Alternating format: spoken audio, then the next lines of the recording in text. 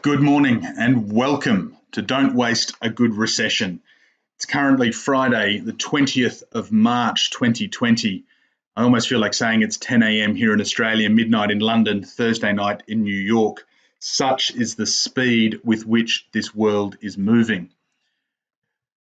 My intention for creating this group is to provide practical and positive support for small and medium business owners who are having to face that rapid change and uncertainty in the world.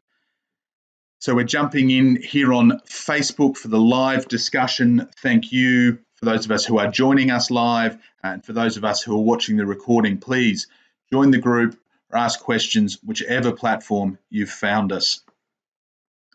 I'm going to start not by introducing myself or talking about me, because I want this to be about all of us. And I specifically want us to run context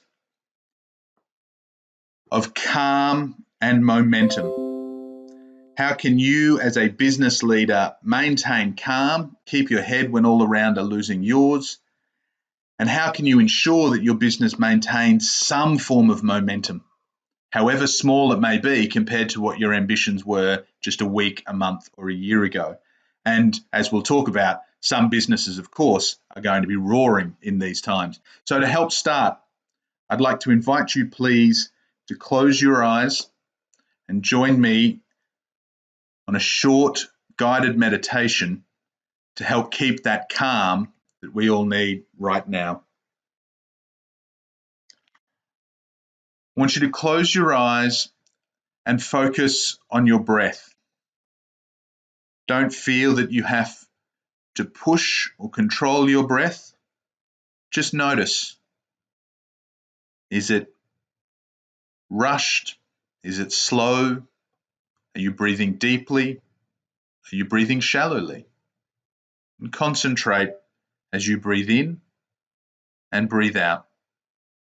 Breathe in and breathe out. And as you do so, I'd like you to notice how your body feels seated in the chair. Can you feel the chair against your back, against your legs? Can you feel the floor against your feet? And can you feel yourself sinking in and handing over all of your weight to the chair and the floor that support you? And as you feel that support, as you feel that weightlessness, imagine that instead of sitting in a chair weightless, you are floating. You're floating through outer space. No weight, no pressure, lots of directions. And as you look out into the vast abyss of space, you notice something on the horizon. And I want you to move towards that, because as you do, as you move at your pace, you'll see that it's some kind of craft of spaceship. It has 3 levels and looks inviting and looks like it needs your support. Continuing to breathe, there's an entrance at the lowest of the 3 levels. And I want you to just slowly direct yourself into that entrance and find yourself moving into that spacecraft. What you'll see, hear, and look at that bottom level is a little bit of chaos. All of a sudden, there's machines pumping, smoke, noise, crying. A great change from the calm weightlessness of space. And as you look around, a man who looks frankly like a goanna or a lizard stuffed into a business shirt with a tie comes ambling over to you, waving his arms demonstrably at all of the chaos, and he says, "Oh, thank God you're here. I don't know how to respond. I don't know what's going on. Can you help?" And as he asks that question, you notice the lift well, the elevator door behind him. So take the deliberate steps to the elevator door. And we're going to move up one level to see what's going on there, to see what we can help. And as the doors open on the second level, the middle level of this craft, we see a lot more people who seem to be doing something. They seem to be managing the situation. You're tempted to jump in. There's so much energy and doing going on in this room. You're so tempted to leap in and support. But I want you to stay back, continue to breathe and observe. And what you observe is that while there are all of these people doing, they're actually running around in circles. They're being active. They're not actually being that effective. And all of them are showing their emotions. So take another breath and have a look at the emotions that you see on all of the people that are running around on this level of the spacecraft. Are some of them glad? Are some of them sad? Are some of them scared? Are some of them mad? Don't buy into the emotions. You don't need to create a story for them. Just acknowledge that those are the feelings that are going on for these people. And as you do so, you'll see two more doors on the far side of the room. As you walk past the people and they move out of their way, one of the doors is marked calm, and the other door is marked chaos. And it may seem like an obvious choice. I'd like you now to pause once more, one final time, and to really concentrate on your breath. Breathe in and breathe out. Breathe in and breathe out. And then on the final inhale, I want you to take the step into the door marked calm, the door that will take us to the highest level of the spacecraft, where opportunity awaits.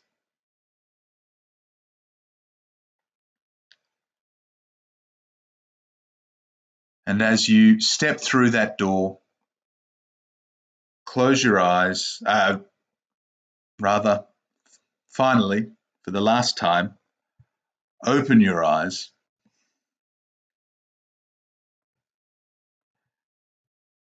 and come join us back here in this session. Here is a key point I want you to take away. The intent of all of these sessions is to be positive, be practical, to support you with your agenda, with whatever your questions might be. And I am learning some of the technology along with the rest of us around how to be actually broadcasting while having some of the questions. I think I can see. Jumping in here on Facebook for the live discussion. I think I can see some of the questions that are going on and coming up. So my agenda today is to talk about why I've created this group, why I'm the one in this group, and to be there and supportive of you, whatever it might be that you need out of this, any questions that you might have today. Today is, as our first Facebook Live session, probably going to be a little bit longer than some of the regular ones that I intend to hold, because we've really got, it feels like a lifetime, but at least a few weeks worth of content that I want to make sure that we're covering off and discussing. So I can see your comments now, I think. Good morning, Sue-Ann. Thank you to all of those who have joined and who are live. If at any point in this conversation you have a question, or if right now you have a specific agenda item that you want to add that will help you right now, today, the 20th of March, please leave a comment, leave a post. I'm based in Australia. I'm to be honest, kind of stuck in Australia as someone who has travelled around the world and has clients around the world. So some of what I'll be sharing is going to be biased on what I'm experiencing here in Australia and what my clients in countries like the UK, the US, Hong Kong, South Africa are experiencing. If you could take a moment while I talk about the purpose of this group, let me know, where are you in the world? Maybe your city, maybe your country, and wherever possible in these conversations, I'll make sure that we tailor some of the specifics to some of the different situations that are going on in different countries around the world. So, why this group? Why don't waste a good recession? And why me? Why am I the one who is hosting it? I was very keen to make sure that we created a positive and practical space for beyond the coronavirus. For understandable reasons, most businesses, most of us as individuals, people in families, communities, are focused right now on the health crisis that's going on with the coronavirus COVID-19 pandemic. Beyond that, however, we have responsibilities as business owners. We have responsibilities to our team, to our clients, to our suppliers, to our families, and to ourselves to keep our businesses moving, sustainable, and successful. And so I wanted to get ahead of the fear, get ahead of the conversation of what happens beyond coronavirus. How do our businesses continue to survive and thrive? And why me? A few little vignettes that have led me really to being the person to set up and create Don't Waste a Good Recession. Most of them involve hotels or holidays, like the photo. Thank you, Steve, for that comment, the compliment. I do get to travel a lot for work, as I flagged. So the first vignette is 2007. It was the Swissôtel Hotel in Sydney, Australia. I was just finishing up the 18-month training program I did to become a business coach, business advisor. And I was in the men's room, and the Swissôtel Hotel at the time would put pages from financial news up in the men's room for you to read while you were going about your business. And there was the page in front of me that showed the ASX or the All Ordinaries, the Australian stock markets, one of our indexes, dropping and moving downwards. And I remember thinking at the time, that hasn't happened in a while. Perhaps I need to dive back into my training, my time as a journalist, to really understand what that means for the wider economy. And so that was late 2007. And as luck would have it, I was heading up the workshop marketing project for my business at the time. And so I was asked to join a global team of business advisors who were tasked with following what was happening economically and translating that into how small and medium businesses needed to respond. The second vignette that led us to Don't Waste a Good Recession was September of 2008. Different hotel this time. This was the Hotel Alba in Florence, Italy. I was on my honeymoon with my beautiful wife, and I remember coming back in to the hotel one day. We turned the television on, even though it was all in Italian, and something was going on. I remember calling my beautiful wife over and saying, I don't know what's going on, but it doesn't look good. And that was the day that Lehman Brothers collapsed in the US, which for many was the trigger point when the global financial crisis, the Great Recession, turned into something real. It wasn't just something that was happening in the markets. It was something that was slowly coming for all of us. The third hotel is the Royal on the Park in Brisbane, Australia. These workshops that we were running, and we ran one at the beginning of March 2009. We didn't know at the time. We knew we were close to the bottom of the stock markets. We didn't know at the time that we were within a week of when they would bottom out. And again, my beautiful wife and I had recently made the decision to postpone our move to London. For many years, we'd planned to start a career in Australia, move ourselves to London before we had kids. And because of what was happening economically, colleagues of mine in the UK lost 2/3 of their clients in 6 weeks. It was happening very, very fast.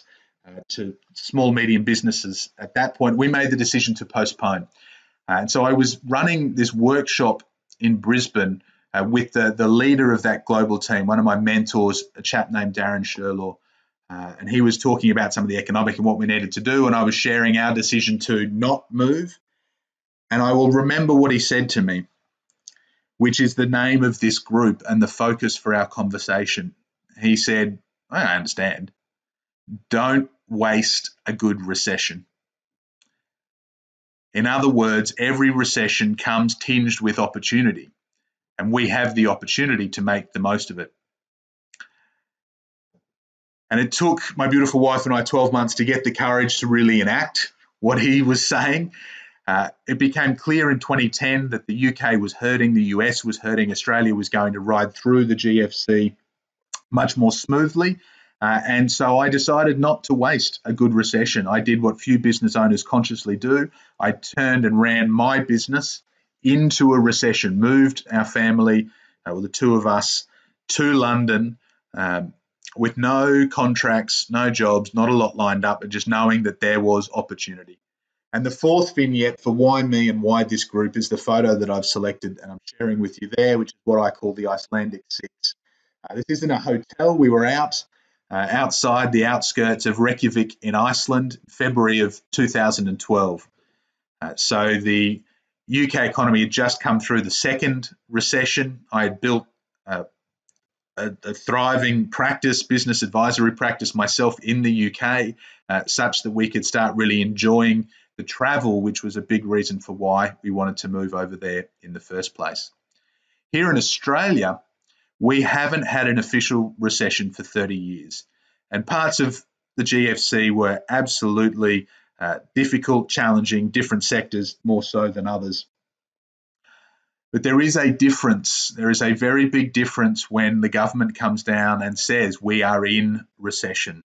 There's a big difference to how people respond in terms of their spending, in terms of your team, and in terms of your emotional state, which is why we started this with a calming meditation to get you clear and get you calm. But because of my time working in the UK, in North America through the GFC, because of my time as an international coach since then, my client in Hong Kong who had a recession last year, my client in South Africa who have been in recession for some time, I'm actually one of the youngest business advisors in Australia to have actually helped businesses to grow through an official recession. If not me, who? If not now, when? But enough about me. I'm going to go back and just reflect on that meditation and you, because you are, as this sign I picked up in Prague tells us, you're freaking awesome. The meditation may have seemed obvious. I won't belabor the point. The spaceship that you went into represented your brain and the brain of your staff, of your clients. Our brain, very simplistically, has those three levels. It's got the reptilian complex at the base. That's where our fight, flight, freeze response comes from. And a lot of information enters our brain through that reptilian complex, just as you entered the spaceship. And the lizard that's sitting down there that's driving all of us doesn't know how to respond.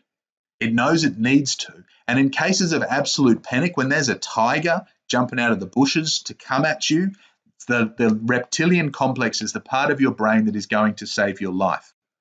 It's just that the modern crisis is not a tiger jumping out at you today. It's a recession coming at you faster than you want, slower than you might expect. And so the reptilian brain is not what we need to support us. So we can move up to that middle layer, which is the limbic brain, some people call the mammalian brain, which is the part that really experiences a lot of the feelings and emotions and takes them into account when making decisions. And as you would have seen with all of the people running around in circles, that part of our brain can help us. It can get us doing, it can get us active, but not necessarily being efficient, productive, doing the right things. You need to acknowledge your feelings. You need to acknowledge the feelings of your team, mad, sad, glad, scared, whatever might be going on. You can't wallow in those. You can't let them drive you. Have those feelings. Be aware of those feelings, take those breaths, choose the door marked calm, and step into the third layer, the highest layer, which is our neocortex, the neo-mammalian brain, which is where our consciousness, our ability to respond, not react, lives. And meditation is one of the ways. There's lots of different tools. We'll talk about some later at the end of what I've already flagged is a longer than usual conversation here. How to get into the calm neocortex so that you can respond with intent. Because some of the things that are being thrown at us are scary. I am absolutely not going to go through all of the data on this page. This is going to evolve into a regular, probably weekly video conversation where these are the key metrics that I am watching in the world, in the economy right now. These are the changes that I'm observing. Some of them are lead indicators. They're going to tell us what's going to happen next. Some of them are current indicators. They're going to tell us what's going on right now so that we can respond this week, today. And some of these are lag indicators. They're going to maybe feel like bad news, but they're actually telling us about what happened in the past. Feel free, as I say, to shoot through questions at any point in time. The 4 indicators that I've got: coronavirus, obviously driving things, COVID-19. What are the stock markets doing? Where are unemployment rates? And where is GDP growth? What are the official measurements? And that's a lag indicator, but something that is going to determine whether we have an official technical recession or not. Either way, it's going to hurt. I've got up there the UK, the US, and Australia. They're the 3 countries I work most in. By all means, if you want to see your country included in these moving forward, do please just let me know. So, another key tool that we'll be using in the next 12 to 24 plus months that we're not going to go into in a lot of detail today, but the economic clock. This isn't my tool, but this became my Bible during the global financial crisis, the Great Recession. Very, very simply, you can see at 12 o'clock is the boom, is the top of a market. At 6 o'clock is the bottom of the market when the recovery finally begins. Knowing what time it is, the economic clock, gives you an idea of what's just happened, how the world, your clients, your team may be feeling right now, and what's coming up next so that you can prepare, you can respond, not react, and make decisions for what happens next. Even though this is a clock, the hours are not all of the same length. Sometimes we'll jump quickly between them, sometimes we'll move slowly. And in rare cases, which I'm not particularly expecting in this recession, but we had through the GFC, the clock, the inner and outer circles get out of whack and the clock starts to bounce around a little bit. Let's simplify this for today. In future weeks, we're going to talk about how we're not going through a black swan event and why this recession is different. But very, very simply, how do we simplify that economic clock? Going to break it into 4 phases. Down, when the markets, the economy go down. Now, generally, the stock markets are a lead indicator of the economy. They normally give us about 6 months' notice of what's going to happen. So when I was sitting there in the men's room of the Swissôtel in 2007 watching the stock markets decline, that preceded the actual decline in the economy, which kind of makes sense. People are buying, particularly investors, speculators, traders. They buy shares today based on what they feel is going to happen in the future. If they feel that the future is going to be worse, they'll pay less, they'll lower their prices based on that projection of the future. One of the reasons this recession is different to certainly the last one is that the economy has shut down, in many cases literally, so quickly that the stock market is still catching up and still has all of that forward uncertainty. That's why it's moving downwards so fast, and it's not giving us the warning that it has in previous times, although there are still some forecasting we will be able to do. The second of these 4 phases is the drag. After the drop, after we go down, there's the drag period in the economy where people are waiting for the uptick. They're not quite sure when it's coming. They're not quite sure what to do, but there is still a process we need to go through. At the bottom, we finally get that release point, briefly bounce back up. And then from there, we start to ride the momentum like the little engine that could, going up that hill slowly, slowly, slowly, slowly at first, until it does become the freight train going down a hill. It gets all of that speed and momentum that gets us back to the next boom. Down, drag, release, up. Ever was it so, despite Gordon Brown's promise in 2007 that we had ended the cycle of boom and bust. The good thing about this right now is this too shall pass. The bad thing is I think we're fairly early. And I'm going to put the question out there to all of you who are watching live. What time do you think it is right now? I'll give you back some of these specifics that might help if anybody's on the Facebook version of this wants to jump in and give an indication. What time do you think it is in the clock? Is it midday? Probably not midday. It's probably not the boom. It's 6 o'clock. It is certainly not yet 6 o'clock at the recovery beginning. And there's a couple of sensing some hesitation, and I think there's some reasons for that. If we have a look at the outer ring, some of the economic fundamentals, 1 o'clock, 2 o'clock, 3 o'clock. Well, 2 o'clock falling share prices. I think we can acknowledge that has absolutely happened. Dropped since peak. FTSE Dow, all odds are all down by more than 30%. Falling commodity prices. Well, oil certainly for specific reasons to do with an OPEC infight, but that's dropped. So, you could argue we've been through 2 o'clock, we've been through 3 o'clock. But if you have a look at 1, we haven't had rising interest rates in a long time. And that's one of the ways that this recession is going to be different, going to be challenging. It's the last bullet that many governments have in their armory, and to be honest, they've already fired it and continue to fire it this week. 2 p.m. is the best guess that we've got so far in the Facebook group. For me, I feel we're not even there yet. I'm kind of feeling like we're about 1:30. We're in a slump. Share prices have started falling, but I think they've got a long way to go. And we haven't yet had those corporate failures.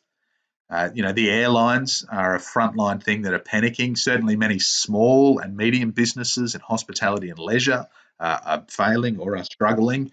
But I think there is a lot worse to come. So if I had to pick something, I'd hedge my bets and say we're probably about 1:30. Which means we're still in that down phase and there is probably more down to come. What does that matter? How can you respond as a small to medium business owner? Well, let's flip that language. 4 phases. Your response, your focus in each of these 4 phases shifts. Right now, we are in the respond phase. We respond to what is going on in our market, our team, our business. We plan for the wider changes as we start to come up for air. Once we get through the immediate response, we get the planning ready for the release point. When the release point comes, we will execute and then we will profit. And that's why I say this is going to be a regular, potentially a weekly update conversation that we're going to be having, not normally this long, going through, because there's a lot of this cycle left to go for all of us. So make sure you are a member of Don't Waste a Good Recession, you tell your friends. So right now, whether we're 1:30, 2 p.m., we are absolutely definitely in the respond phase. And so the rest of this conversation this morning is going to be dedicated to, okay, well, how do we respond? How do we actually respond? And I'm going to start with the bleakest possible response, the question that many business owners are having to ask themselves right now, and I'm going to ask it of you. Will your business actually survive? It's a discussion forum I was in this morning, and someone said, small business, I'm self-employed. I was already behind on payments to the tax office, my landlord. When's the stimulus coming? How am I going to survive? And to be honest, I didn't want to reply. I didn't want to be a Debbie Downer. If you were already behind on your tax payments when coronavirus and the recession of 2020 hit, you are probably not going to survive in business. Fundamental emotional point And I'd like to shout out to Anna Wickham, who is a former coach in Oklahoma that I think is just fantastic. Businesses fail all the time. People don't fail. Your business may fail. That does not mean you are a failure. So there is no shame, and in fact, it takes some courage if you are in a situation to acknowledge that this is the end of the road for your business. And there are things you can do. Fighting it out to the bitter end, bleeding the last of your cash is not the courageous thing to do if the end is nigh for your business. There are things that you can be doing right now to protect your personal assets. You may lose your business. You do not have to lose the family home. Those are conversations you need to be having sooner rather than later. And you would be much better placed having a conversation with your team, your clients, or your suppliers about an orderly wind-up to your business over the coming week or months than pretending it's business as usual, hiding what's going on. There are some links. There's a download pack that I'll share at the end of this and on the group. There's some people who can help you with that, and I'm happy to make a referral in private if you want to have that conversation.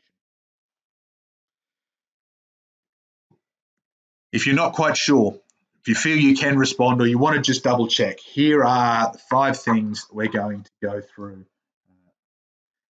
in this call, in this slide deck. And again, these slides will be made available to you at the end so you can go through them. I hope that they are of help. Some of these are now like 2 weeks old. This is the first of these sessions that we've done. And so there are things here that many businesses were probably doing 2 or 3 weeks ago. That's why this is a longer session, because we've got a little bit of catch up to do. But the 5 things that I want you to think about doing this week. Make sure you have an official coronavirus policy in your business if you don't already. Make sure you have a work from home plan in your business if you don't already.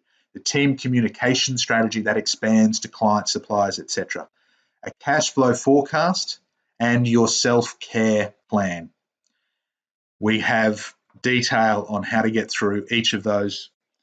Again, feel free to keep coming through with questions, and Suanne, keep coming through with wine. It's the hardest part about this situation is that you can be drinking wine watching this and I can't. Coronavirus policy. The team at Irwin Mitchell, who are a UK law firm that part of my wider network, have actually crafted one that is pretty fantastic. I put out in the Facebook group, Don't Waste a Good Recession, yesterday. If anybody wants a copy, please let me know. That will be part of the download pack, which is linked for those watching later, linked below. It's going to be linked at the end of this live session. Useful template. It does have some UK specific things that you may need to personalise to the laws of the healthcare in your jurisdiction. But here are the key decisions from that policy and from others that I've been working on with clients over the last few weeks. The key decisions you as a business owner need to make about you and about your team. What are you going to do with at-risk groups? If you've got older team members, if you've got team members with asthma who are overweight, have recently been on holidays, are you going to treat them differently at the moment? What's the policy if anybody in the business wakes up or during the workday comes into has some COVID-19 symptoms, the dry cough, fever, some of these kind of things? What's the process for them self-isolating? Do you want them to exert additional caution? Do you need a doctor's certificate? Are you going to get a doctor's certificate? These kind of things. If someone is diagnosed with COVID-19, one of my clients thankfully has just been released from hospital. Her family's been in quarantine for a couple of weeks. She was young and healthy, doesn't know where she picked it up, thankfully doing fine. The business impacts, as you can imagine, frankly, take a second step to the health impacts, but they're not to be ignored. So what happens if one of your team members is diagnosed? What happens if they're asked to go into self-isolation without a diagnosis? Now, if their partner is exposed, if somebody that they're caring for is in an at-risk group and they isolate, what's your policy around that? And a lot of this links to those leave entitlements. If people have sick leave, if they have annual leave, carers leave, whatever it's called in your jurisdiction, then okay, are you going to force them to take it? Can they take sick leave if they're not sick, if they're just self-isolating, if they're in an at-risk group? Can they take sick leave? Are you expecting them to work from home? If and when sick leave runs out, are you going to continue to offer them paid sick leave over and above their entitlements? Is that going to need to be their holiday or annual leave? Are they going to need to go on unpaid leave? And only you can answer these questions with the commercial reality of your business in mind. Some businesses, while we would love to continue to pay our staff to look after themselves while they're sick or while they're caring for others, we simply cannot afford it. And there's no point keeping your staff paid this month if it puts your business at risk and therefore risks none of them getting paid next month or the month after. Are there any exceptions? What discretion do you have? Do managers in your business have around the policy? And over on the other side, some other specifics. Business travel. I was supposed to be on a plane in a couple of weeks to a conference in the UK. Again, colleagues of mine, Japan, New York, and most of us seem to have been fortunate that we haven't been on the road. I do know some people who are still trying to get home at this time. What's the policy on business travel? And that includes client-facing work. If you're a tradie business, you're still sending the team out on site. Are you asking for the homes to be vacant? What's your policy around managing that? And again, that's something that you've got to make some hard decisions on. Get them in writing, get them communicated to the team. Cancelled holidays is an interesting one. One of my clients was a bit frustrated because two of the team were on holidays at the same time next month. One of them has just had the overseas holiday cancelled and so is now available to work. That's great for that client. He needs people right now. But from other businesses, you want the team using some of that holiday leave. If things have gone really quiet, just because their holiday got cancelled doesn't mean you want them coming back into work. You want them spending their holiday or annual leave. What's your policy on that? What's the process if schools close? Some clients are doing work from home. Some clients I know, because they've only got a few school-age kids in the business, are setting up creches within the office environment so that people can still come to work, bring the kids. What's your pros? If workplaces close, either because that's mandated or because you decide that's what you need to do, what are the options? Are there work from home options? And obviously, if work stops, if you run a cinema right now, work is stopping. If you run a restaurant as of next week, in some parts of the world, it's already happened. Work has absolutely stopped. There's no work from home for a waiter. There's no work from home for a lot of trade businesses, physiotherapists, all of these kind of things. So if your work is forced to shut down, what are the potential consequences? And we're going to talk about how to map through some of those scenarios if you're not sure. Again, the template is there to help. That includes some general good information on COVID-19 to help people feel calm. Get your policy documented, get it shared with the team. And one thing I'm doing with all of my clients is getting it dated. This is the policy as at Friday, the 20th of March, 2020.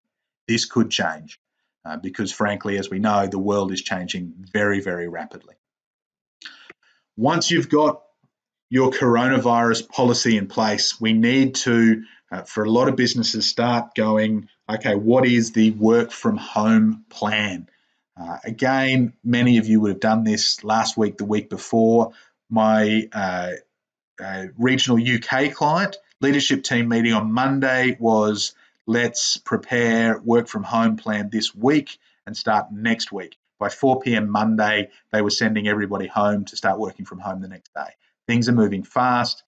You need to be prepared so that even if you haven't had to enact this, you're ready to do it. Couple of steps. Categorize your team. That's the matrix over on the right. Who can work from home? Which roles can't work from home? Are you going to operate on a skeleton staff for those who can't work from home, or are they going to have to take annual leave, unpaid leave? What are your choices? And which staff are mission critical and which are not?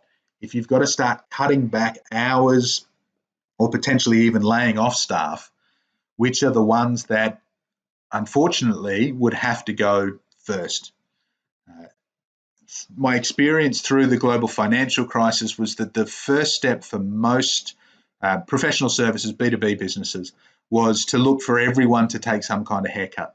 So everybody is now on 80% or 60%. Rather than having to lay off 20, 40% of the staff, everybody takes a pay cut. I know some business owners have already made the conscious decision to stop paying themselves to make sure there's cash for payroll. That may be the nice thing to do. The reality is, depending on your industry and how critical it is at this time, it may be that some staff are going to need to maintain full-time work, while others are going to need to be cut back deeper. There's a useful matrix for helping you to identify which roles or which individuals sit there. IT companies, I mean, I'd love to have shares in Zoom right now. A lot of IT companies are getting these questions. So the things you've got to ask, I mean, what is actually possible with working from home? Some businesses are still sitting with everything on a server in an office that isn't accessible remotely. If people can work from home, what are the risks? What are the security risks? Have you taken those into account? Little things like whose equipment? A lot of offices that don't have a work from home plan, they don't have everybody sitting on laptops that can be picked up and taken home. Are you expecting the team to use their own equipment? If that's the case, what are you doing to make sure that that's secure, that that hasn't been infected, that that's up to date, that that's a good enough quality? How are you making all of those decisions? You don't have to be having these plans in isolation. Have this conversation with your leadership group, with the steering committee, your board members, or with your team, with your whole business. Be open about these questions, as opposed to being silent and creating fear as a result. If you work from home, what impact is that going to have on other parts of your business? Inventory, suppliers, deliveries. Maybe you're a self-employed consultant, knowledge worker like myself. It's mostly Amazon books that are now going to get delayed. That's kind of the impact on the deliveries. But if you're a company that sells stock, if you're a company that processes, I know a lot of trades have got sheds set up with equipment, those kind of things. What's going to happen with inventory? Who's going to manage that? And how are suppliers going to fare with your business overall? What impact does working from home have on clients? Thankfully, many are understanding of the technology that exists and the fact that we're now doing meetings remotely. There are some benefits to that. There are some downsides. I don't buy into the belief that we're all suddenly going to be happy living with online meetings for the rest of our lives. Communication plan. How do you communicate work from home with your team, with your suppliers, with your clients? And if you haven't had to enact it yet, what's the trigger point? What is the point at which you tell the team to work from home? Is it when somebody in your business contracts coronavirus? Is it when somebody shows the symptoms? Is it waiting for the government to tell you? Having a clear trigger that you communicate to the team lets them know that you're in control, that you are taking this seriously, and that you have a plan. You're just not enacting the plan. A lot of business owners I know, when in difficult times, they have a trigger in their head for saying, I'm going to have to lay off staff, we're going to have to change something at a certain point. They don't share that. The team go, why are you not doing anything? Why are you not doing enough? Having that trigger point saying, this is the point at which we will enact the work from home policy, lets the team know that you're calm and in control. Thank you again to all of those who are still with us live. And again, feel free to ask questions, even those watching this on replay. Okay, elements of your team communication strategy. This is a little more self-explanatory. I'm not going to go through this in as much detail. Things you need to communicate. The coronavirus policy that we just wrote, the work from home policy that we just wrote, the impact you're expecting on workflow, cash flow, if any. Don't be scared about sharing some of the financials with your team. Again, the saying is no news is good news, and never is that more crap than at times like this when no news just creates fear. You say to your business, we're going to run out of money in 2 months, or if we had to shut down the business right now, it costs us $40,000 a week to run the business. We shut it down tomorrow, we may be able to save $15,000. Still going to cost us $25,000 a month to run this business, even if we're not doing any business at all. But we have $100,000 in cash sitting there, which means that we have 4 months buffer. So in a worst case scenario, we've got at least 4 months. We don't expect it to be a complete shutdown. We continue working. That's going to give us even longer runway. We feel comfortable getting through it. Now, some people are going to take that as quite scary information. You may not have news that's as good as we have a 4-month runway, but if you're not sharing anything, your team are going to make assumptions. They're going to make assumptions that that nice house, the nice car that you've got, whatever it might be, is where all the business money is gone, and that they should start looking for a job now. Communicate feelings.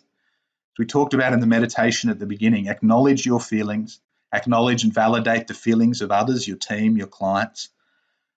Don't act through your feelings. You don't have to buy into those emotions.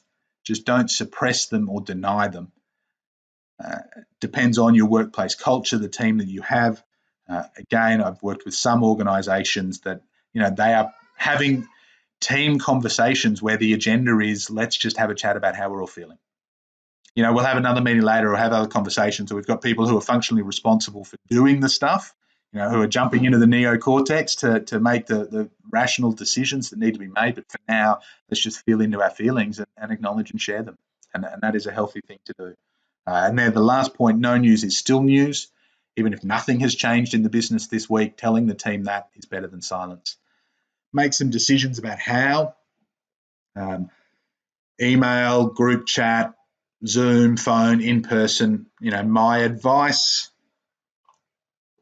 I'm getting to a few people who've just jumped on. My advice to everyone right now, with your team, with your clients, with sales prospects, business development, be direct. Pick up the phone, or if medically possible, in person. Don't start pushing some of these conversations onto email, onto team chat. Yes, there are some things like your coronavirus policy that you will want to share in writing, but we can very easily end up in an actual isolated world, not just physically, as many of us are being told to do, but emotionally and in terms of the connections of our team.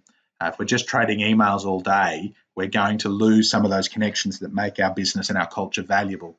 Pick up the phone, even if it's not your preference. I hate the phone. I'm sitting here making more phone calls than I have in months because that's what people need right now. And for the love of God, stop sending emails with coronavirus in the title. There, I'm getting 6 to 8 a day, and I love you all. A lot of you who are watching this or are members of the group, I'm on your mailing list. I read your emails to support you, to share where I can. That ship has sailed. Find a new angle. And often the new angle is picking up the phone, having a conversation. I'm doing a lot of talking. Thankfully, I love the sound of my own voice. The rest of my family sitting here in the, surrounding my home office are perhaps sick of it. We are on point 4 of 5, I promise, this longer than usual first webinar. Cash is king. It's been said before, you've probably all heard it from your accountant, your business advisor, your CFO. Revenue is vanity, profit is sanity, cash is king. Never is that more true than right now. The businesses that have cash right now are in a position to survive. They're in a position to thrive. They're in a position to invest, to make the most of opportunities. The businesses, however profitable, however large, that don't have a good cash buffer are the ones that are going to struggle first. Sit down with your CFO, with your accountant. If you don't have a good accountant, if you don't have a good CFO, I can recommend some to you, depending on your industry, your geography, who can help you do this, even as just a one-off piece of work, because this is going to be critical. Here are, there's a lot here. I'm going to touch on every single one of them very briefly. I'm not an accountant. I used to be the partner of an accounting firm. I'm not an accountant. So I'm not going to, some of the phrasing here may be as accurate to a cash flow as my economics is accurate to economics, as my meditation was accurate to a psychologist. This is mum and dad stuff to help you in your business in a practical way. 3 elements for your cash flow. What's going to happen with revenue? What's going to happen with expenses? And what are some of the other things you need to do? Revenue, client retention plan. WIP, work in progress. Get your team doing stuff, get them billing. In a downturn, your team will start to go slow. They want to show that they're busy so that you keep them employed. It's not necessarily a conscious thing. They're not doing it to screw you. It's a natural fear response from their reptilian brain that if I just go slowly, if I build up whip. If I don't get the jobs done, then you've got to keep me around. You've got to cut that stuff off at the pass. It'll make you cry, seeing the whip building. Get it crushed, get it faster, and faster work getting done, faster invoices getting out means faster getting paid right now, which is critical. Governments around the world are starting to throw money. They're throwing money at consumers. They're throwing money at businesses. Again, I'm seeing accountants, CFOs, bookkeepers. They're the ones who are really leading the conversation around. They're doing the research to know what you can apply and how to do it. Talk to your accountant, talk to your CFO. Keep business development activity happening, whatever that might be. Marketing, sales, nurturing. Don't stop that.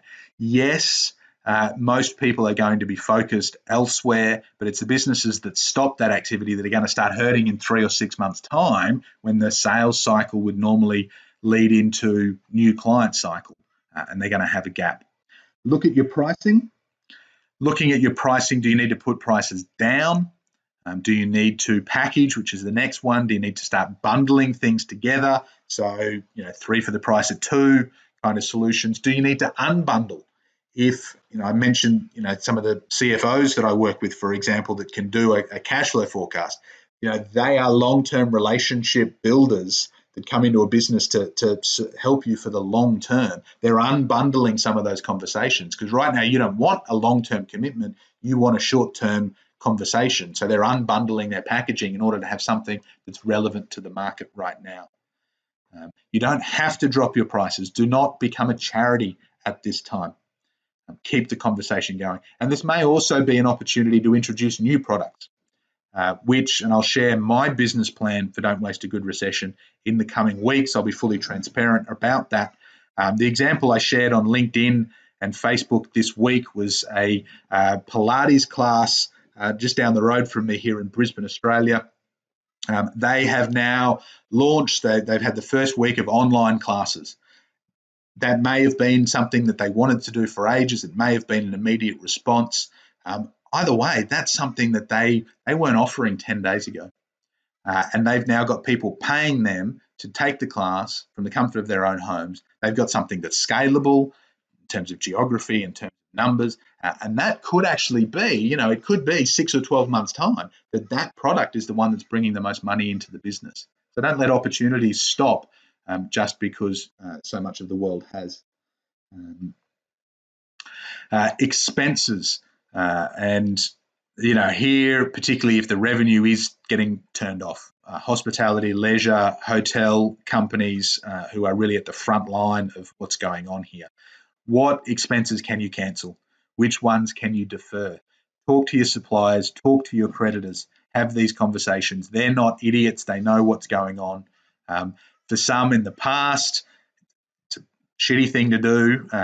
If you have to do it, though, to keep your doors open, can you pay them 80 cents on the dollar, 50 cents on the dollar so that they get paid now? The importance of cash to them now may be more important than profit in the future if you can't afford it. But keep those conversations going. Again, no news is scary. Conversations, even if it's just, here's where we're at, we're delaying things, we're reviewing things, is helpful. A lot of tax offices, HMRC, the ATO, the IRS, are basically coming out and saying, use us as a bank, pay our obligations later or last, keep people employed, keep your suppliers, invoices going. So that may be a way to manage your cash flow. You've got to look at, if you have suppliers in a supply chain, and even your staff, to be honest, how stable is that? It feels like a lifetime ago. It was only about a month when I was, talking to people about China's shutting down. That's going to have an impact on, things aren't getting manufactured. They're not getting put on boats. We're going to see in a month to 3 months shortages of gear and equipment. And I've heard horror stories. They're all, stories. So I won't share any now to risk fear-mongering. But, large projects that are on hold because the supply chain broke down and they couldn't get the screws to put things together. So you might be healthy or you might be stable enough, but some of those suppliers, supply chain, the team that you've got coming in, how stable are they at continuing to provide whatever it is that you need? Look for potential cost savings and Frankly, ask yourself if you can cut your own pay first. Even if it's only a short-term measure, even if it's only part of your salary. And I know a lot of small business owners here aren't even pay themselves at a profit. It's not even an option. But for team, for clients, hey, we're all going to have to take a pay cut. That hurts. If that comes 2 weeks after you communicated that you're all still getting paid fully at this time, I'm not paying myself, or I'm paying myself less. It shows that you're leading from the front, and teams will value that, will remember that in hard times. A few other things. We've got some videos that we'll share in the Facebook group on some of these items, and particularly your break-even point. Do you actually know your break-even point? How much money do you need to bring in the door to cover your fixed costs each month? There's a simple formula. I'll share that video later today. How much cash have you got in the bank? Are you monitoring that? Are you managing that? Where are your debtors at? Get onto that fast. Get them managed. Who are the at-risk debtors? Smaller bills more often if that's what's required to keep the debtors under control, because that's work you've done. That's cash that's sitting on the balance sheet. If you don't understand your balance sheet, talk to your accountant, your CFO, your finance manager, your bookkeeper. Have them explain it to you. When I get asked, where's all the cash gone? I made profit, but I don't have any cash. I've got to pay the tax office. As a result, what's going on? It's almost always because the business owner doesn't understand how the balance sheet works and how much cash is hidden on the balance sheet. Get clear on your balance sheet. You may be able to free up some cash. Talk to your bank. Look at funding options. I'm seeing prepayments in a lot of hospitality businesses. I think that's fantastic. My local cafe is intending to stay open. He's in a position where he can do that at this point. That absolutely, if he turned around and said, we've got to shut, but are you interested in prepaying for some coffees? That's cash he can take today. It's not income from an accounting perspective, and sometimes you get into a fun fight around that, but cash is king. So that's cash today. So it may be pre-orders, pre-booking, support, whatever it might be. And then link obviously to things like new products, other products. Review your insurances. You may get lucky if you haven't done that already. You may discover you have some form of business continuity insurance or something that covers you and can provide some funding at this point in time. There's a lot of specific elements there. I hope some of those you've kind of gone, I can think about that, or that could help. If you want to do the detailed thing, I know a lot of us right now are having conversations with the ceiling god. That's when you're lying awake at 3 a.m. in the morning staring at the ceiling going, oh God, what am I going to do? The ceiling god likes spreadsheets almost as much as I do. You don't need to do all 4 of these versions. It may be that you see some of these as unnecessarily optimistic or pessimistic, but at the far left, what happens if your team and you are diagnosed with coronavirus? You're all or mostly suddenly sick with an illness. Hopefully you're all healthy enough to survive it, but clients aren't going to want to see you. Challenges, you're going to have a freak out, as you might be hearing in the background. What impact is that going to have on revenue? What impact is that going to have on expenses, profit, cash, choices? I mean, some expenses will go down. If you don't have to turn the lights on, your electricity bill is going to go down. Probably not going to save you all that much compared to not having any revenue. What choices do you need to make, and when in that scenario? An interesting one, I had a chat with a business last week about one of their contingency plans. They haven't pulled the trigger yet, but they're thinking about it, is finding competitors who they trust, who they think do a good job, and essentially having almost a job share pact. Like if my business has to shut down, but you're still going, we're all probably going to have spare capacity. Can I send my jobs to you? As a hotel, if my hotel shuts down, can I send my guests to you? Airlines are having to do it, send my passengers onto your plane. They were a trade. It was like, well, if my bricklayers can't come out, can your guys go and do the jobs? And we'll take a cut of the ticket, and vice versa. If it happens to you, then we'll look after your clients, keep them happy. So there are just because the business stops doesn't mean your revenue has to. If there's a major downturn, okay, so the business keeps chugging along, but let's say for the next 6 months, the economy or your business declines by 50%. Use a real figure for you. Maybe that is Maybe your business might drop by a lot more than that. Maybe that would not be, even within the realm of possibility. It's too big. But what's a major downturn look like? What's the flow-on effect to your expenses, to your profit, to your cash flow? What choices have you got to make, and when? If this is a mild downturn, I don't think it is. In some businesses, it absolutely could be. You might be, immune, pardon the pun, to this specific recession. You might only catch a mild case. But if we were down by less than 20% or for less than 6 months, again, pick the figures that feel right for you, flow that on, and then flip the script. Now, some businesses will pick on insolvency lawyers. I've already mentioned Zoom, who are doing remote conferencing. They're counter-cyclical at this point in time. They're going up. They're hiring staff. Amazon is hiring 100,000 new staff. Uber is in the toilet, but Uber Eats is going to be going up. So flip the script. What if you were able to come up with a new product, or what if this market supported you and you were actually going to increase your revenue by 20% on an ongoing basis? Okay, maybe it's 10%, maybe it's 50%. What impact will that have on revenue, expenses? What does that mean? You've got to do choices, recruitment, all of these kind of things. You don't have to do all four. I know if you're in leisure, hospitality, flipping the script may be way too optimistic. But having that scenario planning, you're not going to get it perfect. You're not going to get it right. The value is not so much in the plan. It's in the planning. It's in building your strategic capability so that you can respond. And it's in having something you can share with your leadership team so that they know you're in control, decisions are being made. A bit of a check-in. We have one more thing to go. We have been going for some time. Thank you all for those who are sticking in or have been watching this.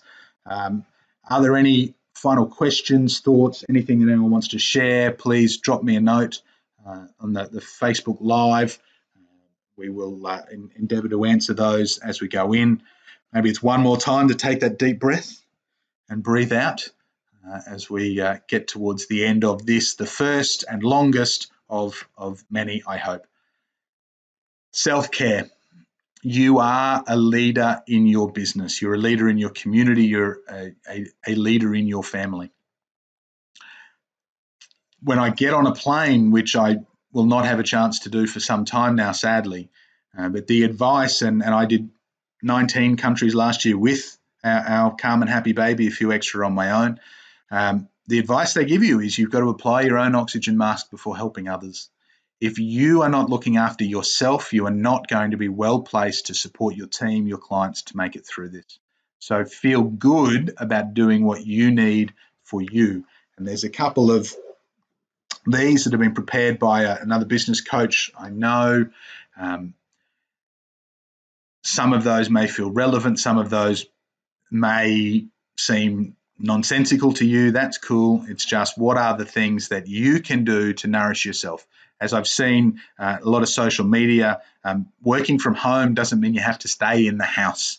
You can get out to the park. If you can get out to a beach, someplace close to nature. If you can take your shoes off, walk around in the backyard even. Breathe in some fresh air. It's fresher than it's been in a long time. Global warming and so on. Just some things to get out of the rut. If this is your first time, your team's first time working from home, it can be quite a shock. I've been doing it. I was described in 2013 by an accounting firm as the ultimate remote worker. So I've been doing this in hotels, homes, studios, and offices around the world for years. I'm kind of comfortable with it. For some people, this is a big shock, working from home, the boundaries they've got to start finding, and how to look after themselves. Do what it takes, encourage your team to do the same. And again, just as we talked about having some of those conversations with teams, so you have meetings or maybe on a Slack group or a Microsoft Teams conversation or something about how you're feeling. What are some of your self-care plans? Hey, what are some things that people are doing to look after themselves at this time, over and above, vitamin C and self-isolation? Keep your soul nourished and you're in a better place to take opportunities. And that ultimately is the theme of this group. Don't waste a good recession. It's not about the down phase that we're in. It's not about the urgent response that people need to be doing right now. It's about the whole of the economic clock, the whole of the economic cycle, the opportunities that that creates. Because we will get through this as a country, as a community, as a world. Economically, we will recover. Future sessions here on Don't Waste a Good Recession will talk about how that could look and how to prepare for it. But I am confident, I know this to be true, that what goes down will go up again in the future. And we have an opportunity to make the most of how the world is changing to benefit our businesses, our communities, so that when it does, when we get to that release point and when we go back up economically, we are in a better position. More market share is created in a downturn than at any other point of an economic cycle. There is a litany of businesses that started in a recession, and it was starting in a recession that gave them the grounding and the foundation to survive and thrive without getting fat and lazy in the good times. And there are plenty of businesses that pivoted, that changed, that released new products or different ways of doing what they do because of what an economic downturn forced upon them. So my final question for you is not what do you need to do, what the F is happening in the world right now. Final question to you in a space of calm and momentum, checking in with your breath, stepping through that door. What if this is the best opportunity of your business life? What would you do? What would that mean? Maybe you want to share. Maybe you have some final questions, final thoughts. Feel free to put them in the chat now. Very briefly, some final actions that you can do. If you're not already, join the Facebook group, facebook.com/groups/Good Recession, and tell your friends. Sharing is caring. Share the webinar, the links, the conversations. The Facebook group will be open and visible until we get to about 500 members.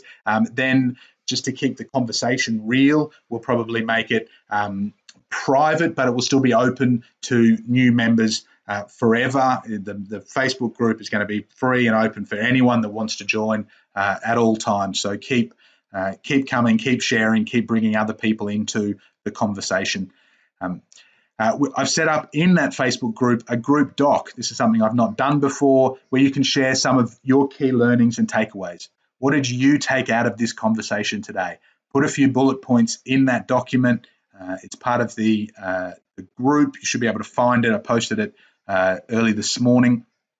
That's great for people who don't want to sit through my voice for this length of time, for people who prefer to have a read. It's great for me to see what you're hearing and taking away from this as well. So if you do have a few actions or a few things that you jotted down, please put them in that group doc and share them with everyone else. Support documents. This slide deck, the coronavirus policy, some info on cash flow, the self-care plan document that I shared from business coach Millie Aldridge. These are all available at that address, jacobaldridge.com/good-recession-2020-0320. I'm dating all of these because the world is moving so fast. This is what you need to do this week. What you need to do next week may change. If you're not on my mailing list, there's a link for that as well. It's not yet Don't Waste a Good Recession specific, but soon will be, to keep you informed. And I will be back. I'll be in this group every day, and I'll be back at some point next week with the next webinar, the next conversation about what we need to do next week, because the world may well have changed. Thank you, everybody, for joining in, for contributing, answering questions, having conversations, and above all, for choosing opportunity, for choosing the calm door over the chaos door. It takes a village to raise a child. It takes a community to get through a recession, and I'm so glad to be part of this community. Thank you all, and talk soon.